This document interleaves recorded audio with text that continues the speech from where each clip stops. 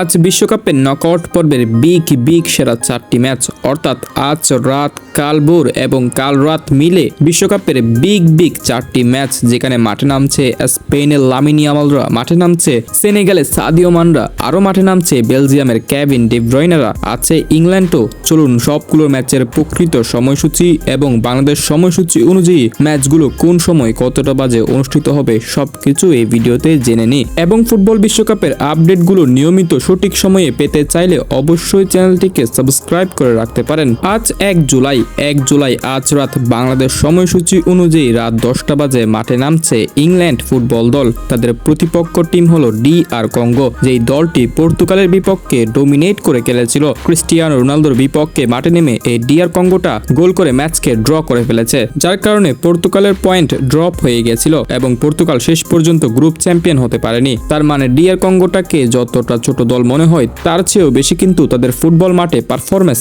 আছে। তাই আজ রাত 10টা বাজে ইংল্যান্ড এবং DR কঙ্গোর ম্যাচটি হবে সত্যি জমজমাট ম্যাচ। তবে এই ম্যাচে আমি ইংল্যান্ডকে এগিয়ে রাখলাম, কারণ ইংল্যান্ডের স্কোয়াড অনেকটা নির্ভরযোগ্য স্কোয়াড। কারণ ইংল্যান্ড টিমে আছে জুট বেলিংহাম, ডিক্লান রাইস, আছে হ্যারি কেনদের মতো তারকা। সো এই ম্যাচে স্কোর প্রেডিকশনটা হলো এই ম্যাচ 2-1 বা 3-1 গোলের ব্যবধানে ইংল্যান্ড টিম জয় পাবে। এরপরে আজ রাত 2টা বাজে হবে আরো বেশি বিগ ম্যাচ, অর্থাৎ আজ রাত যদি 2টা বাজে সেটা বাংলাদেশ সময়সূচি অনুযায়ী ডেট চেঞ্জ হয়ে যাবে, অর্থাৎ রাত 12টার পর রাত 2টা। তার মানে আজ 1 তারিখ থেকে সেটা 2 তারিখে প্রবেশ করবে। সো আজ 2 তারিখ রাত 2টা বাজে মাঠে নামছে বেলজিয়াম এবং সেনেগাল, দুই দলই কিন্তু ব্যালেন্সিং টিম। বেলজিয়াম এবারের বিশ্বকাপের গ্রুপ পর্বের প্রথম ম্যাচে মিশরের বিপক্ষে মাঠে নেমে 1-1 গোলে ম্যাচ ড্র করেছে। এরপর দ্বিতীয় ম্যাচে ইরানের বিপক্ষে মাঠে নেমে গোল শূন্যে ড্র, অর্থাৎ প্রথম 2 ম্যাচে শুধুমাত্র 2 পয়েন্ট পেয়েছিল বেলজিয়াম। এরপর তৃতীয় ম্যাচে নিউজিল্যান্ডকে পেয়ে 5-1 গোলের বড় ব্যবধানে জয় তুলে নেয়।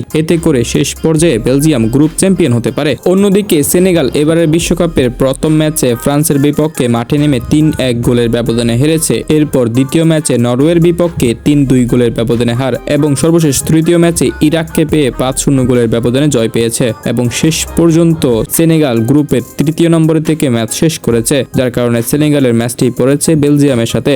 গ্রুপ পর্বের ম্যাচগুলোতে বেলজিয়াম এগিয়ে থাকলেও দুই দলের পারফরম্যান্স স্কোয়াডের গভীরতার উপর নির্ভর করলে সেনেগাল এবং বেলজিয়াম দুই দলই আছে সমান প্রতিযোগিতায়। কারণ সেনেগাল গ্রুপ পর্বে বড় দলগুলোর বিপক্ষে মাঠে নেমেছিল, তাই তাদের জন্য একটু ডিফিকাল্ট ছিল সেই ম্যাচগুলো। বাট বেলজিয়ামের বিপক্ষে সেনেগালের ম্যাচটির প্রেডিকশন ঠিক এমনটাই হতে পারে, অর্থাৎ ম্যাচ ড্র হয়ে ম্যাচ ট্রাইব্রেকারের দিকে যেতে পারে, অথবা শেষ পর্যন্ত সেনেগাল জয় পেতে পারে এবং এই ম্যাচে বেলজিয়ামও জয় পাওয়ার সম্ভাবনা রয়েছে। আসলে এই ম্যাচের প্রেডিকশনটা করা কিন্তু একটু ডিফিকাল্ট হয়ে যাচ্ছে, কারণ দুই দল সমান শক্তিশালী। তবে এই ম্যাচে দুই দলের মধ্যে কোনো এক দল বড় স্কোর করতে পারবে না এবং এটা যেহেতু নকআউট পর্বের ম্যাচ, তাই যে কোনো একটি দলকে অবশ্যই এই বিশ্বকাপ থেকে বিদায় নিতে হবে। এরপর আগামীকাল ভোর 6টা বাজে মাঠে নামছে USA, অর্থাৎ আগামীকাল ভোর 6টা মানে জুলাইয়ের 2 তারিখ ভোর 6টা বাজে। সেখানে এই নকআউট পর্বের ম্যাচে USA এর প্রতিপক্ষ দল হলো বসনিয়া। USA এবারের বিশ্বকাপের প্রথম ম্যাচে প্যারাগুয়েকে 4-1 গোলের বড় ব্যবধানে হারিয়েছে। এরপর দ্বিতীয় ম্যাচে